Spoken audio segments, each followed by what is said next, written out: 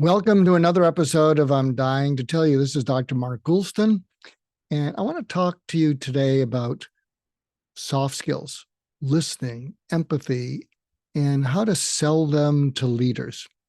Because often leaders poo-poo it, and I think part of it is because their analytical skills are so much stronger than their interpersonal skills and their empathy skills, that they don't want to come from a place of feeling less competent. But one of the ways to get them to understand it is not by trying to convince them or explain to them or show them all the data about it. What you want to do is get them to understand what it feels by causing them to feel it. So if you're trying to sell empathy and listening to leaders, what you might want to ask them is, think of someone who understood you or believed in you when nobody did, including you. And think of someone who went to bat for you when you were all kind of on your own, and get them to tell a story about that. And most people have someone like that. And then ask them, how would you like to honor that person? And in all likelihood, they're going to say yes. And ask them, what would be the best way to honor them? Would it be to make a lot of money because you've made a lot of money and you've been very successful? And some of these leaders might say, yeah, they wanted me to be successful. They believed in me. But a number of them might say, pay it forward. Especially when you ask them, is this going to be one of the top 5 people you remember in your life at the end of your life and you're grateful to? And many of these leaders will say, yes, definitely. And so when you can get people to re-experience having been listened to, understood, empathized, especially when they were at a low point. And when you ask people, given what they did and the way you feel, what do you think the performance would be of your people if you did on to them what that person did on to you? So you might want to try that instead of trying to convince them.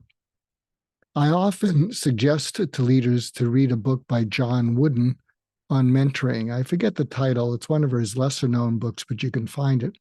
And he talks about being mentored by people he never met: Abraham Lincoln, Mother Teresa, and some people he did meet, including his wife.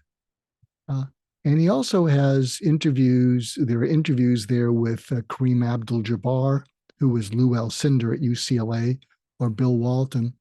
And you get a feeling when you read what these NBA stars say, that playing under coach, which is what they called him, was probably maybe the highlight of their career, because of his dedication to them, of how he helped them to be the best version of themselves, not just to be a great basketball player.